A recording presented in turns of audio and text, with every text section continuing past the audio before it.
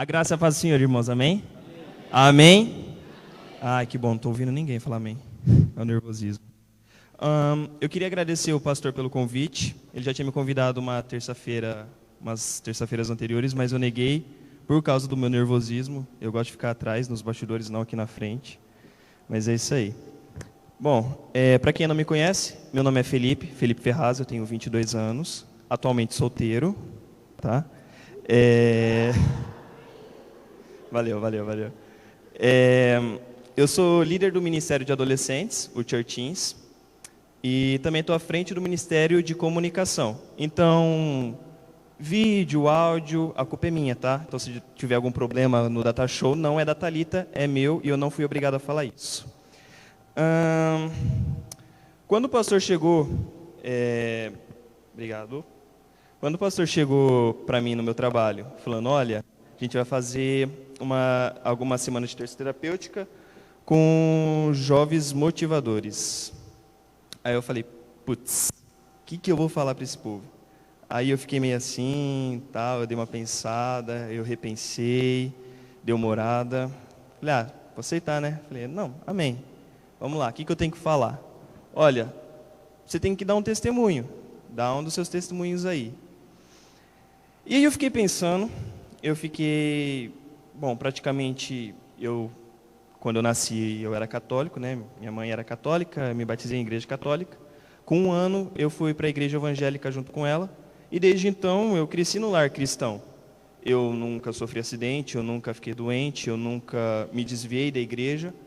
Então eu ficava, poxa, mas que tipo de testemunho eu vou levar? Eu nunca fiquei entre a vida e a morte. Só que aí, nesse pensar, nessas orações com Deus, ele me falou um negócio muito interessante, uma coisa que eu nunca tinha pensado. Testemunho de vida não é simplesmente, claro, é quando você está de frente com a morte, ou quando, enfim, mas no caso, testemunho de vida é quando alguma coisa acontece que muda radicalmente a sua visão. É questão do mundo, é questão da igreja, enfim. E eu falei, poxa, mas o que mudou da minha visão? E aí eu fui começando a olhar algumas coisas lá atrás, rebobinando um pouco a fita, tendo conversa com alguns amigos, e eu fui lembrando da minha adolescência. E eu falei, achei. Então eu vou falar um pouquinho da minha adolescência, e depois eu vou entrar numa palavra legal aqui que Deus tocou no meu coração. E, enfim, para aqueles que me conhecem desde a minha adolescência, vão entender o que eu estou falando. Bom, eu me considerava independente e questionador. Outros me julgavam como rebelde, como problemático. Mas, enfim, é que na verdade eu fazia as coisas do meu jeito. Então eu me rebelava contra os meus líderes, contra os meus pastores, contra a minha família. Então, tipo, olha, faça isso, faça aquilo, olha, segue por esse caminho. E eu ia totalmente contra, eu fazia totalmente o oposto. Porque eu não achava, tipo, mano, é minha vida, eu vou fazer as coisas do meu jeito, eu vou viver, eu vou aproveitar. Você não sabe o que está acontecendo. Aí vinha meu pai e falava, olha, na minha época, quando eu fiz isso, aconteceu assim, assim. Eu falei, mas na tua época. Aí vinham os pastores e falavam assim, olha, evitem fazer isso e tal. Eu falei, não, vocês estão ultrapassados. Então o pastor Túlio e a Claudete, eles vão entender muito bem. Eles lembram, pegaram essa fase um pouco turbulenta da minha vida. Então, era muito... né? Mas vamos adiantar um pouquinho, vamos passar alguns anos. Esse problema que eu tinha de tipo que tudo fosse do meu jeito, tudo fosse de acordo com a minha visão, que eu estava certo, dono da minha razão, isso fez com que certas consequências me assombrassem até nos dias atuais. Poxa, eu tenho 22 anos, eu saí da adolescência há 5, 6 anos atrás, e ainda assim tem sombras, tem fantasmas. Quando eu fiz 17 para os meus 18 anos, é aquela fase que o adolescente tem que definir o que ele quer da vida. Não tem outra opção. É o vestibular, você tem que saber o que você tem que fazer. Você tem que saber qual curso seguir, qual faculdade. Geralmente o povo de interior tem a cabeça tipo, tem que ser federal, tem que ser pública, tem que ser estadual, não pode ser privada. A gente mora numa cidade que tem uma faculdade privada, muito boa por sinal, mas ainda assim não pode ser FUNEC. Tem que ser Unesp, tem que ser USP. Paguei escola para isso e tal. Então vem aquela pressão. Você tem que definir a sua vida a partir de agora. E aí eu defini. Eu falei, olha, eu quero fazer Ciências da Computação e na Unesp. Eu passei na primeira fase, fui para a segunda, fiquei na lista de espera, acabei não entrando. Mas eu passei em Sistemas para a Internet em Três Lagoas, mas eu não fui. Porque, conversando com os meus pais, uma das poucas vezes que eu segui os conselhos deles, eles falaram, olha, acho melhor você parar, fica esse semestre, estuda, faz cursinho, depois você tenta de novo. Ou você pode começar a faculdade, tem direito, tem engenharia e tal. Eu falei, vou seguir engenharia, porque, poxa, meu pai já faz engenharia e tem um pouco a ver com exatas e é interessante. Eu falei, bom, vamos seguir engenharia. Comecei engenharia, foi o primeiro semestre, foi legal. O segundo não foi tanto, o terceiro eu comecei, opa, peraí. Só que, em vez de eu estar orando, em vez de eu estar pedindo aconselhamento dos meus líderes, dos meus pastores, na época, dos meus pais, eu ignorava, eu fingia, não, eu vou ser forte, eu vou provar que eu sou capaz. E foi passando. Em 2017, 2016, eu fui num congresso de adolescentes chamado Teen Street. Eu fui como adolescente na época, eu tinha 18, mas eu poderia ir como adolescente. Fui e foi lá onde Deus começou a tocar na minha vida. Foi onde eu comecei a voltar a ser ativo na igreja. Até então eu estava vivendo um pé na igreja e o outro de acordo com os meus gostos. Aí chegou 2017, eu fui de novo no Teen Street, só que dessa vez não podia ser como adolescente, então eu fui como auxiliar de líder de rede, do quarto do pessoal lá. Então era a primeira vez, assim, depois de líder de célula, que eu estava pegando um cargo. Foi a primeira vez que eu tive um contato direto com Deus. Não era algo, olha irmão, Deus falou isso com você. Não, era Deus falando diretamente comigo. Eu ouvi uma voz muito clara, falando, seja suporte. As duas únicas palavras que eu ouvi diretamente de Deus. Uma voz doce, grave e suave ao mesmo tempo. Aquilo lá me tremi e tal, beleza. E eu falei, bom, tem que mudar minha vida radicalmente, drasticamente. Naquela época eu conheci uma amiga minha da Bahia, a Clara, e conversa vai, conversa vem, ela, olha, é interessante que você comece a confiar nos seus líderes, comece a tomar, direção, rumo na tua vida, porque Deus tem propósito para a sua vida e você não pode viver de qualquer jeito. Eu falei, não, beleza. Aí em 2017, coincidentemente, a família Brandino voltou para Santa Fé, abriram a church na casa, e logo falei, bom, vou me enfiar de cabeça na igreja, vou enfiar de cabeça na Bíblia, eu vou começar do zero a minha vida cristã. A partir de agora, eu serei uma nova pessoa, vou me converter ao cristianismo verdadeiramente agora. E foi. Alguns meses se passaram, voltei de novo para o Teen Street em 2018. Quando eu cheguei em Santa Fé, a Claudete, eu acho que foi em finalzinho de janeiro, início de fevereiro, falou, olha, vai orando, tem um propósito de Deus indo aí, um trabalho, só que eu não posso falar agora, mas vai orando. Aí eu falei, não, eu recebo em nome de Jesus, mas eu já imaginava que seria alguma coisa relacionada a trabalho na igreja com adolescentes. Em abril, o pastor Túlio chegou no meu trabalho e falou, olha, a gente está precisando, está pensando em criar um ministério para adolescentes e a gente pensou em uma das pessoas, você. Eu falei, poxa, tá, beleza. Só que nisso eu me vi, o mundo parou para mim. Eu olhava para o pastor, só que eu ouvia vozes atrás de mim falando, olha, você não é capaz, mas você com adolescentes, nossa, você nunca vai conseguir. Eu falava, não, eu vou conseguir. Eu falava, mas você não sabe nada da Bíblia. E realmente, eu não sabia nada, eu não sei nada. E eu peguei, eu virei para Deus, isso com o pastor na minha frente, o mundo parado. Mas e aí, Deus? Eu falei assim, não, você vai aceitar isso daí. Eu falei, mas eu não sei nada da Bíblia. Não, fica tranquilo. Você vai ter uma semana para estudar a palavra junto com eles. Vocês vão estudar Provérbios? Então você vai estudar Provérbios 1 e você vai apresentar Provérbios 1 para ele. E foi. Aí eu cheguei em maio, dia 12 de maio de 2018. 12 de maio de 2019 faz um ano, um domingo agora. Cheguei, era lá no salão, lá na avenida, lá no distrito. Minha mãe estava ensaiando com as crianças para o Dia das Mães. Ela estava saindo, os meus adolescentes estavam chegando. Era a Isabelle, o Daniel e a Nicole. Aí eu falei, putz, o que eu vou fazer? Eu chegando tremendo, branco, com a mão gelada, o coração... E aí eu via eles entrando assim, com os olhinhos brilhando, falando assim, e aí, o que você vai fazer com a gente? E eu, nossa, o que eu vou fazer com esse povo? E eu tinha preparado, tinha estudado, tinha feito dinâmica, tudo mais. Aí eu pensei, bom, eu acho que a partir de agora eu vou soltar alguma frase assim de efeito, tipo, esse é um pequeno passo para um homem, mas um grande salto para a humanidade. Eu falei, vou soltar alguma dessa, né? Mas não foi. Foi um negócio tão, tipo, Deus deu um empurrãozinho, a gente começou a falar de série, começou a falar de coisas assim, brincando, se divertindo, e foi tão natural, surgiu um vínculo ali, saiu pérolas ali que hoje a gente carrega até hoje. E foi assim que começou o Church Teens, no meio de uma brincadeira, no meio de descontração. E aí foi onde eu fui me soltando, e eles foram se soltando. A Marcela chegou atrasada, para variar, mas chegou. E aí ficou os 4 adolescentes e eu ali conversando, batendo papo. E aí a gente começou a falar de Deus, e foi um negócio tão natural. E aí eu comecei a me sentir bem, porque eles estavam me ouvindo, eles estavam entendendo a minha linguagem. Uma coisa que eu tinha medo, mas... Poxa, passou 4, 5 anos de adolescente, eu não entendo mais o que eles falam, né? 12, 13, 14 anos. E foi. E aí começou o Church Teens. E desde então, eu tenho visto a cada dia que eu preciso melhorar, que eu preciso mudar, que eu preciso evoluir. Porque eles são a nova geração. Eles já estão tomando posse de vários serviços. E se a gente não cuidar deles, quem vai cuidar? Eu vim de um ambiente...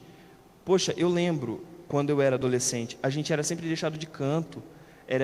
Eles tinham acabado de construir um salão tal. Aí todas as salas tinham mobília novinha, salas grandonas. A gente ficava no depósito, com carteiras assim antigas. Os nossos líderes de adolescentes, eles eram cortados, não tinha muito o que fazer. E quando eu cheguei aqui... Poxa, a gente era tão bem acolhido. Olha, pode fazer isso e tal. Eu lembro que, tipo, o ano passado inteiro, pastor, eu posso fazer isso? Pode. Pastor, eu posso fazer o Master Tea na igreja? Vai mexer com comida e tal? Pode. Queimou o micro-ondas, mas foi. Vamos fazer o acampamento? Vamos. Escorregaram no acampamento, quase se arrebentaram. Teve acampamento. Mas tinha coisas interessantes. Pastor, eu acho que a gente pode... Eu nunca vou esquecer disso. Pastor, a gente está pensando em fazer um dia onde os meninos vão dormir na casa... da minha casa, e as meninas vão dormir na casa da minha auxiliar. Aí ele falou, não, peraí. Não, pensa. E aí, em vez de eu tomar minha atitude como adolescente, emburrado, que emburrava fácil, eu entendi, fui para casa e eu pensei. Cara, são vidas, não pode simplesmente, tipo, há uma carga espiritual em cima deles, há uma questão. Então eu comecei a ver que é necessário a gente ouvir os nossos líderes. Tem os momentos, claro, que ele vai liberar, que ele vai permitir, mas também quando ele fala não é porque ele é ruim. É uma coisa que eu nunca vi. Poxa, nunca tinha percebido quando os meus líderes falavam não. Mas tinha um porém, tinha um propósito. E eu comecei a ver, toda vez que o pastor falava não, eu falava, mas o que tem? Aí eu virava as costas, eu chegava em casa, Deus falava, olha, não vai, porque pode acontecer isso. Não vai porque pode acontecer tal coisa, Aí eu falei, poxa, verdade. Então, eu sempre fui de, pastor, pode? Pode. Pastor, pode? Não pode, eu não faço. E foi interessante que eu fui começando a abrir a minha visão, a ver as coisas como elas são. Bom, esse seria basicamente um resumo do que eu vivi adolescente para a fase adulta. Uma coisa também que eu comecei a perceber foi em 2017, 2018, já estava com os adolescentes, e Deus tinha tocado muito no meu coração, tem coisa errada aí na sua vida, toma cuidado, arruma que tem coisa que você fez por vontade própria, e não é da minha vontade. E aí eu comecei a ver, dar uma olhada, dar uma analisada, eu já estava engordando, e eu comecei a ouvir, quando a gente pensa, a gente ouve os pensamentos aqui em cima. Só que os meus pensamentos já estavam audíveis. Eu falei, poxa, eu estou ficando esquizofrênico. Aí eu fui no psicólogo para saber o que estava acontecendo. Era estresse, estafa, sintomas de início de depressão. E aí eu falei, mas poxa, o que é? Eu estou bem com a minha família, eu estou bem na minha igreja, eu estou trabalhando, estou feliz, estou satisfeito. E no trabalho vem, trabalho vai, eu comecei a ver que as consequências do meu passado, de eu fazer tudo por impulso, de eu seguir certos caminhos, estavam pesando agora. Uma delas era a faculdade. Eu estava no 4º ano, quando eu tranquei, e houve, claro, uma reviravolta em casa, as pessoas ainda olham, me julgam, nossa, faltava 1 ano e meio, mas, poxa, e se eu tivesse continuado com 1 ano e meio? Eu ia me formar agora no final do ano. Mas será que eu não tinha ficado louco? Será que eu não teria ficado doente? Mas, enfim. Com tudo isso, eu comecei a observar que que essa geração de adolescentes, elas estão seguindo um caminho para um precipício cheio de orgulho e falta de empatia. Empatia, para quem não sabe, é quando a gente se coloca no lugar do outro a fim de entender o que se passa na cabeça da pessoa. Tipo assim, é a identificação onde o indivíduo se coloca no lugar do outro, com base em suas próprias posições ou impressões, tenta compreender o comportamento do outro. Então, isso que é empatia. Então, eu comecei a perceber que o nosso mundo hoje está ficando um lugar frio, está ficando um lugar sem amor, onde o cuidar do próximo está acabando, onde o egocentrismo está tomando frente de tudo, onde o centro de todo o universo sou eu, e eu não me importo mais com o que você sente, não me importo mais com o que você passa. Eu sou dono da razão, você não tem razão, não tem motivo nenhum. E eu comecei a observar que está se tornando cada dia mais frequente. E essas novas gerações que estão vindo, elas já estão vindo com isso registrado, já estão vindo com isso marcado. Então, hoje, eu começo a perceber que as crianças, os adolescentes, eles já têm uma predisposição de, tipo, não se importar com o sentimento do amiguinho, é tudo meu, é tudo meu, é tudo meu. Eu vejo que eles já não valorizam mais, não seguem mais os princípios dos bons e velhos costumes, honrar pai e mãe. Eu já vejo que eles não respeitam mais os mais velhos. Eu vejo que não tem mais amor próprio e, principalmente, não valorizam os nossos líderes, sejam eles da igreja, sejam eles em casa, sejam eles na escola. É uma geração onde ser educado e respeitoso é chato, onde pai e mãe têm que ser submissos ao filho, onde os mais idosos têm que ser abandonados no asilo. A gente está vivendo uma geração que só pensa no seu próprio umbigo, tornando cada vez mais distante, mais frio. E a culpa disso é tudo de quem? É minha, sua, deles ou nossa? Então, eu volto a pensar na minha adolescência. Eu vejo e falo, poxa, eu sempre me achava o diferentão, por mais que ninguém gostava de mim, eu gostava de mim, eu era o cara e tudo mais. Mas agora eu vejo que eu era falho, que eu estava achando, eu estava fazendo que o mundo girasse ao meu redor, que parecia uma brincadeira, assim, perante os olhos dos outros, mas é só uma fase, mas não era uma fase, era um negócio sério, que se não fosse tratado por pessoas capazes, se não fosse tratado pelos meus líderes espirituais, se não fosse tratado pelos meus líderes em casa, pela minha família, eu poderia ser hoje uma pessoa diferente de quem eu sou hoje. Eu vi que, gente, é um negócio tão triste, tão ruim, ver as crianças hoje, sabe, atoladas de... olha, seu futuro, é seu futuro, é seu futuro, é pressão em cima de adolescente e ninguém mais se importa com nada. É pai e mãe. Eu estava falando isso, comentando com os amigos meus. Eu falo, gente, eu entendo. Eu me coloco no lugar do meu pai, eu coloco no lugar da minha mãe. Eu entendo que eles querem o melhor para mim. Eu sei. Olha, filho, a gente quer que você tenha um futuro assim, assim, assim, assado. Eu entendo também que o adolescente também quer ter a vida dele, ele quer também ter a vida dele. Só que está tendo uma falha de comunicação, tanto nós como filho, mas tanto nossos pais com nós. Então, os adolescentes eles estão agindo, falando que os pais estão errados, que os líderes estão errados. E os pais estão achando que os filhos estão, sabe, não é isso. Tem que haver um cuidado, um carinho, uma atenção diferenciada. Não um mimo, vamos mimar o filho, vamos carregar no colo. Não, mas é tomar um cuidado, sabe? Eu vejo que isso é uma falha que está acontecendo na nossa geração e já está vindo há anos. Eu lembro que quando eu era criança, eu brincava na rua, eu me divertia com os meus amigos, eu tinha meu tempo de estudo também, mas não havia uma certa pressão tão grande em questão de futuro. E hoje eu vejo as crianças, ou elas estão jogadas no celular, ou elas estão empilhadas com o trabalho e coisas de escola. Adolescente é a mesma coisa. é futuro, é futuro, é futuro. Cara, aí eu coloco aqui a Bíblia na história. Onde fica Deus em tudo isso? Cadê Deus?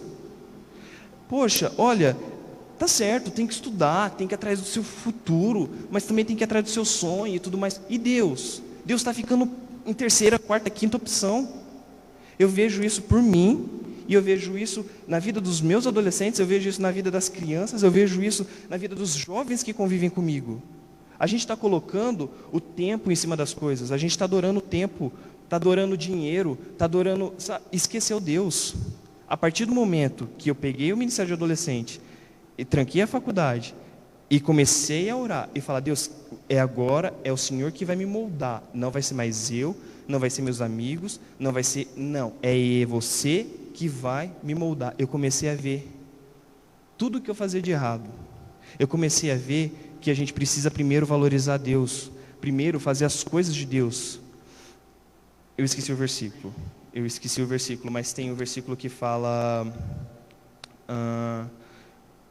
enfim, primeiro as coisas de Deus, e depois lhe será acrescentado. Amém. Amém. Isso. Cara, meu pai me vê hoje vindo de sábado de manhã lavar o templo. Meu pai me vê no meio do meu serviço fazendo alguma coisa dos computadores.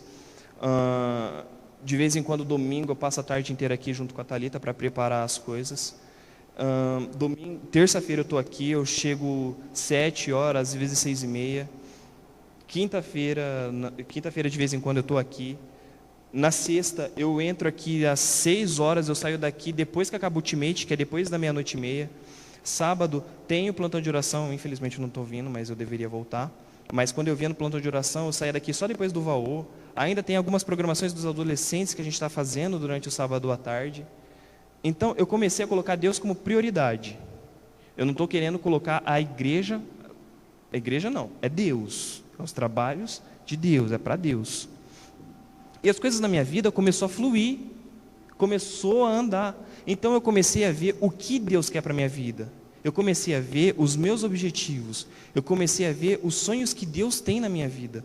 Não é um negócio, você tem que ser engenheiro. Não. Filho, você tem que... Não. Meu amigo, você... Não. É o que Deus quer. E eu sei o que Deus quer. Eu guardo para mim. E eu estou buscando isso. Felipe, mas... Você se vê? Não me vejo, mas Deus me vê, e é isso que importa.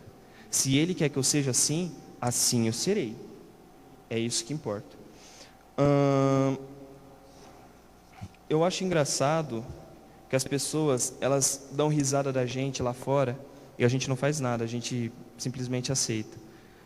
Mas, poxa, olha como a gente está se divertindo aqui fora, olha como... Gente, eu não vejo graça. Eu não sei se é porque eu nunca participei do mundo lá fora, mas eu não vejo graça. Só que o que me deixa mais triste é as pessoas aqui de dentro rindo do pessoal que trabalha aqui dentro. Eu vejo o pessoal reclamando dos serviços, dos trabalhos. Mas por que poderia ter feito isso? Porque deveria ter feito aquilo. Mas e você, irmão? O que você fez? O que você fez? Mas o data show tá ruim. E você deu o que para ajudar? Mas a iluminação... O que você fez para ajudar? Mas o chão estava com chiclete aqui. Nossa, coisa... Se bobear, foi você que pisou no chiclete e colocou aqui dentro. Você foi lá tirar? Mas você foi limpar?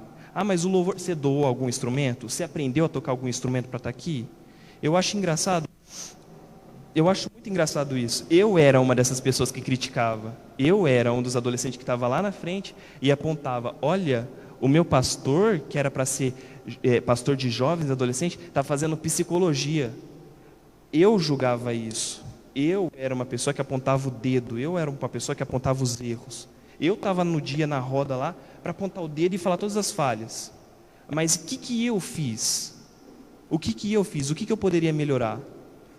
Tudo o que eu poderia ter melhorado naquela época, eu estou colocando aqui. Tudo que eu poderia ter feito, eu estou aplicando aqui. Meu pastor poderia ter feito isso na época que eu era adolescente. Então eu vou lá e faço isso com os meus adolescentes. O data show poderia ser... Eu faço isso aqui. Eu faço. Agora eu faço. E você, o que você faz? Então, a gente tem que parar com essa ideia, essa cabeça de medíocre, de que tipo...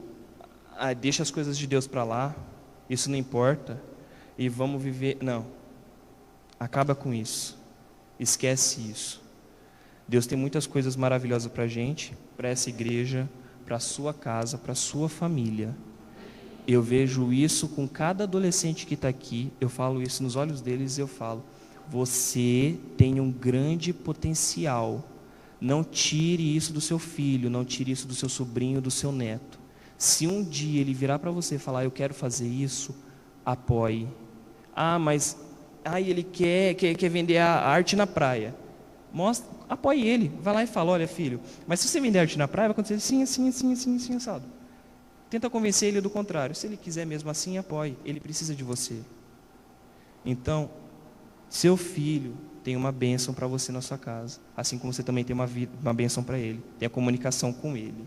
E vocês, filhos, também. Não fica aí de, mas meu pai... Não. Isso foi uma falha que eu cometi com os meus pais. A minha adolescência foi toda conturbada por causa disso, porque eu faltei com os meus pais.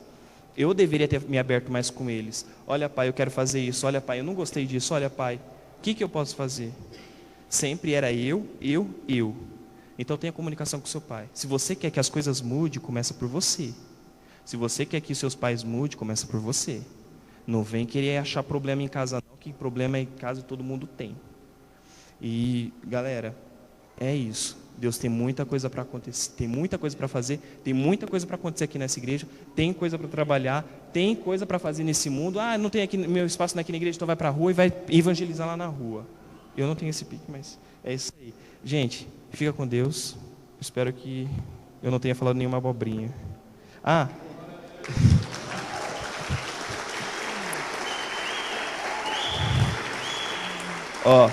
Em Salmos 27:14 diz, espere no Senhor, seja forte, coragem, espere no Senhor. E tem como seus heróis José, Abraão e Jó. Eles são ótimos exemplos, amém? Amém, queridos? Amém. Louvado seja o nome do Senhor. Deus abençoe a vida do Felipe. A gente vai orar já, mas você viu que o que ele falou aqui, que quando não é tratado, se repete.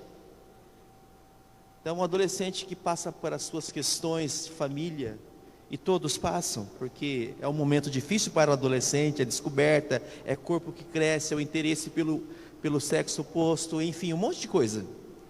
E é um turbilhão de coisa na cabeça, e às vezes nós queremos impor aquilo que nos foi imposto, e nos esquecemos que nós também sofremos quando éramos adolescentes, porque houve aquela cobrança.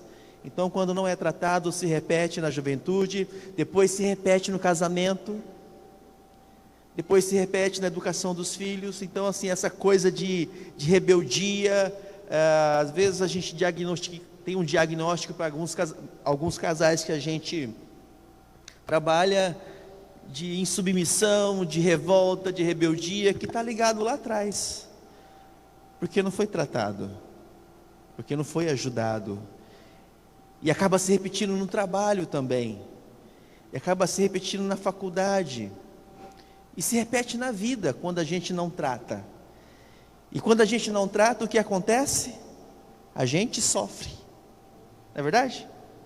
A gente sofre porque a gente não abre mão daquilo que a gente acha que é nosso direito. E quando a gente, graças a Deus que o Felipe tem passado por esse momento de restauração, né? Não de tratamento, mas de restauração, e vários jovens aqui têm passado por isso. Eu agradeço a Deus pela vida da nossa juventude, dos nossos adolescentes e das nossas crianças, porque eles são adolescentes, crianças de Deus e jovens de Deus, assim como os irmãos e as famílias.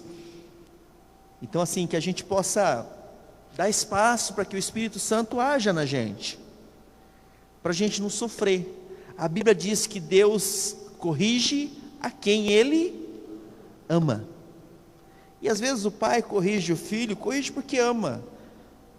Às vezes corrige errado porque aprendeu errado, né? E às vezes a gente quer acertar, mas a gente erra como pai, como pais. E às vezes os filhos também querem acertar, mas erram como filho. Então assim, eu penso, e a gente tem estudado sobre isso, que a gente não dá o que a gente não recebeu. Mas a gente pode aprender a receber para poder dar. Porque senão fica eu vou assim porque eu não recebi. Não, bom, então como é que tem que ser feito? Como é que eu posso fazer para melhorar? Porque todos nós podemos melhorar. Você pode melhorar. Eu nasci assim, é o espírito de gabrielismo. Eita, eu larguei esse trem aqui. Troço feio. É o espírito de gabrielismo. Nasci assim, eu vivi assim, vou morrer assim. Mas será que você tem que morrer assim? Será que você não pode mudar? Olha para a pessoa que está do seu lado e pergunta: será que você não pode mudar? Aí responda: eu acredito que sim. Responde: eu acredito que sim. A gente pode mudar, gente. A gente pode melhorar. Então assim, quando eu tenho trabalhado com isso, já vou encerrar aqui. Antigamente eu falava: você tem que mudar. Eu falava assim, e eu cobrava de mim: eu tenho que mudar. Hoje eu aprendi que não posso falar assim. Hoje eu falo: você pode mudar. Porque quando você fala você pode mudar, você abre um espaço para saber se vai mudar ou não. Agora quando eu digo: você tem que mudar, Nicole, eu estou impondo para ela: Nicole, você vai mudar. Muda, menina. Não dá certo. Fala: Nicole, você pode mudar, minha filha. Eu posso mudar. Aí vai ser uma escolha. E é assim que Deus faz com a gente: vocês podem mudar. A decisão é de vocês. No casamento a gente pode mudar. A decisão é nossa. Na profissão a gente pode mudar. A decisão é nossa. O reino de Deus é assim, irmãos. É dessa forma. O reino de Deus não é complexo. O problema do reino de Deus somos nós. Porque a gente tumultua demais. Se nós vivermos a palavra de Deus, como o Felipe leu aqui, o Felipe ele é uma pessoa que a gente tem visto essa mudança, e é tudo aquilo que ele falou e muito mais, viu? Pensa no moleque que era uma bênção. Senhor Jesus, Maria e José. Mas agora a gente vê o Felipe dessa forma, e não só o Felipe, como todos os que estão aqui, a gente vê a transformação do que Deus está fazendo, e aí a gente abre oportunidade para aquilo que Deus vai fazer. Então assim, eu profetizo que o Felipe, o Tiago, eu vou falar de pastor, né? O Jeff, o Monga. Eu sou o Monga, pastor, gente, que bênção. Cuidando dos jovens aí, cuidando da parte de esporte da igreja. O Renan, o doutor Renan, o nosso pastor advogado. As meninas aí, pastoras de Deus, quer dizer, por que não? Será que existe um biotipo, tem que ser aquele politicamente correto? Eu não acredito nisso. Eu já me arrependi demais em acreditar no politicamente correto. Se nós nos colocarmos nas mãos de Deus, Ele nos usa. Pastor Igor, oi, gambé de guerra, hein? Já pensou? A cara dele. Pastor Eduardo, bênção. Por que não? Então nós precisamos acreditar, ou melhor, nós podemos acreditar que nossa vida pode ser melhor. Quantos querem ter uma vida melhor? Digo amém. Uma vida feliz, eu falei domingo, não falei? Né? Uma vida prazerosa. Deus nos criou para ter uma vida boa. O problema é que a gente pensa que vida boa é dinheiro. Não é verdade? A gente pensa que vida boa é o carrão novo, é a comida, é não sei o que lá. Pode ser também. Mas não é só isso. Vida boa está na presença de Deus e fazer aquilo que agrada ao Pai. E se nós fazermos isso, o texto que ele estava falando é aquele que buscai primeiro o reino de Deus e a sua justiça, e as demais coisas vos serão acrescentadas. Quando você busca o reino de Deus, as coisas são acrescentadas. Ele falou aqui: eu chego às vezes 6 horas, vou embora meia-noite. Eu me lembrei de mim, irmãos, lá atrás em Barbacena. Eu não consigo mais fazer o que ele faz, de chegar às 6h30 e ir embora meia-noite na igreja. Eu já estou quebrado, eu vou embora. Né? Alguns aqui também, mas agora é o momento deles, então tem que deixar eles gastar essa energia. Gasta. Porque depois eles vão entender o que a gente passa, né? É o momento deles, então vamos apoiar, mas Deus quer usar a tua vida. Fala para o seu irmão, Deus quer usar a tua vida. Não, fala com fé, Deus quer usar a tua vida. Amém? Deus quer usar a tua casa, a tua família, a tua formação acadêmica. Eu digo isso muito para eles, ó. Deus te fez médico, dentista, físio, seja lá o que for, para a glória de Deus, e Deus vai usar você através disso. Vidas se converterão através da sua profissão. A gente precisa acreditar nisso, ou melhor, a gente pode acreditar nisso, né? Então, irmãos, vamos ser felizes e vamos ser bênção para essa cidade. E vamos deixar Deus nos usar. Eu tenho certeza que se isso acontecer, a gente vai ter 2 cultos aqui para o domingo, culto de manhã, culto à tarde, culto à noite. E vai ser para a glória de Deus. Mérito de quem? De Deus, porque nós, sabe quem que a gente é, né?